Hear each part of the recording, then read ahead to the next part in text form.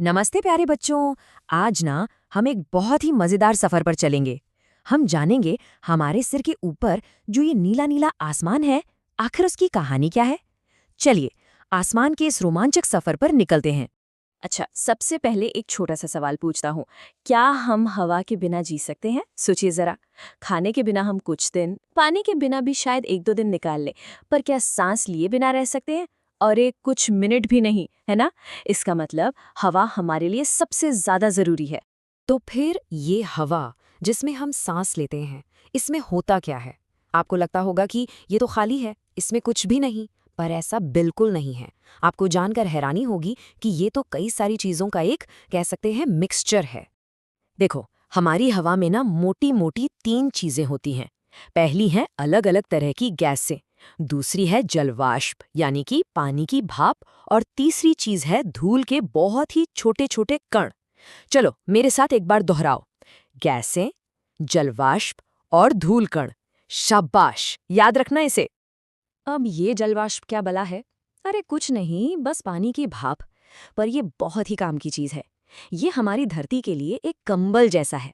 जैसे कंबल हमें ज्यादा सर्दी या ज्यादा गर्मी से बचाता है ना, बिल्कुल वैसे ही ये जलवाष्प हमारी प्यारी धरती को न तो बहुत ज्यादा गर्म होने देता है और न ही एकदम ठंडा। और अब बारी है धूलकण की। ये क्या होते हैं? हवा में उड़ने वाले बहुत ही नन्हे नन्हे कण, जैसे मिट्टी के या समंदर के नमक के। पर इनका काम बहुत बड़ा है। पता है क्या? ये बादलों के लिए बीज का काम करते हैं। इन्हीं के चारों तरफ पानी की भाप इकट्ठी होती है और फिर बादल बनते हैं। है ना कमाल की बात? ठीक है, अब हम हवा की गैसों के बारे में बात करते हैं। और इनमें भी दो तो असली सुपरस्टार हैं। इनके बिना तो हमारी धरती पर जिंदगी होना बहुत ही मुश्किल था। चलिए मिलते हैं इनसे। पहली सुपरस्टार गैस है कार्बन डाइऑक्साइड। इसका पहला काम, ये सूरज की गर्मी को पकड़कर रखती है ताकि हमारी पृथ्वी एकदम ठंडी ना हो जाए। और दूसरा काम, अरे ये तो पेड़ पौधों का खाना है, इसी से तो वो अपना भोजन बनाते हैं। और दूसरी सुपरस्टार ये है ओजोन। ओजोन गैस हमारी धरती का छाता है। जैसे छाता हमें तेज धूप और बारिश से बचाता है, वैसे ही ये ओजोन की परत हमें सूरज से आने वाली नुकसान पहुंचाने वाली किरणों से बचाती है। ये तो हमारा असली सुरक्षा कवच है। तो अब आप जान गए कि हवा में क्या क्या है। अब चलो आसमान में और ऊपर की सैर करते हैं। जानते हो, हमारा ये वायुमंडल एक मंजिल का नहीं बल्कि 5 मंजिलों वाला एक बड़ा सा घर है। एक के ऊपर एक पूरी 5 परतें। चलें एक एक करके हर मंजिल पर। तो सबसे पहली मंजिल यानी सबसे निचली परत है शोभमंडल। ये हमारा घर है। हम, आप, जानवर, पेड़ पौधे सब यहीं रहते हैं। और जानते हो, मौसम की सारी हलचल, बारिश, बादल, हवा, आंधी, सब कुछ इसी परत में होता है। ये जमीन से करीब 13 किलोमीटर ऊपर तक है।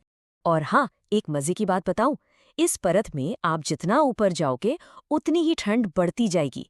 जैसे जब हम पहाड़ों पर जाते हैं तो ठंड लगती है ना, ऐसा इसलिए होता है क्योंकि हर 165 मीटर ऊपर जाने पर तापमान 1 डिग्री सेल्सियस कम हो जाता है।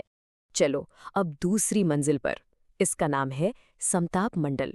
ये लगभग 50 किलोमीटर की ऊंचाई तक है। और याद है हमारा सुरक्षा कवच, हमारा छाता, ओजोन परत। हाँ, वो यहीं रहती है।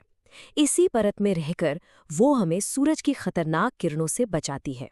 अब हम आ गए हैं तीसरी मंजिल पर, मध्य मंडल। ये 80 किलोमीटर तक ऊंची है। और भाई यहाँ तो बहुत ज्यादा ठंड होती है, मतलब बहुत ही ज्यादा। आप सोच सकते हैं कितनी ठंड। यहाँ का तापमान -100 डिग्री सेल्सियस तक चला जाता है। सोचो, जहाँ पानी बर्फ बन जाता है वो तो सिर्फ 0 डिग्री होता है, ये तो उससे भी 100 गुना ज्यादा ठंडा है।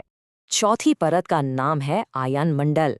ये 80 से 400 किलोमीटर के बीच है।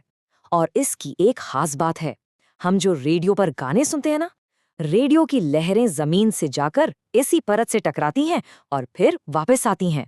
इसी की वजह से रेडियो चल पाता है। और अब हम पहुंच गए हैं सबसे ऊपर, पांचवी और आखिरी मंजिल पर।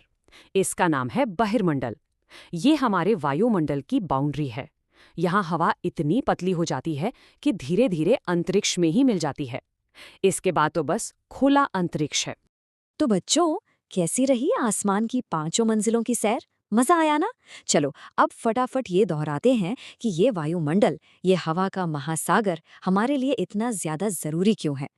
देखो, सबसे पहली बात, ये हमें सांस लेने के लिए ऑक्सीजन देता है। दूसरी बात, ये हमें सूरज की खतरनाक किरणों से बचाता है। तीसरी बात, ये हमारी धरती का तापमान बिल्कुल सही रखता है, ना ज़्यादा गर्म ना ज़्यादा ठंडा। और चौथी बात, यही मौसम बनता है जिससे हमें बारिश और पानी मिलता है। तो देखा आपने, ये वायुमंडल हमारा कितना बड़ा दोस्त है। ये हमारा सुरक्षा कवच है जो हर पल हमारी रक्षा करता है।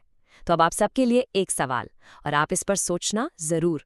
हम अपने इस प्यारे दोस्त को, इस सुरक्षा कवच को बचाने के लिए क्या कर सकते हैं? जरूर सोचिएगा। अगली बार मिलेंगे एक नई कहानी के साथ। तब तक के लिए बाय बाय।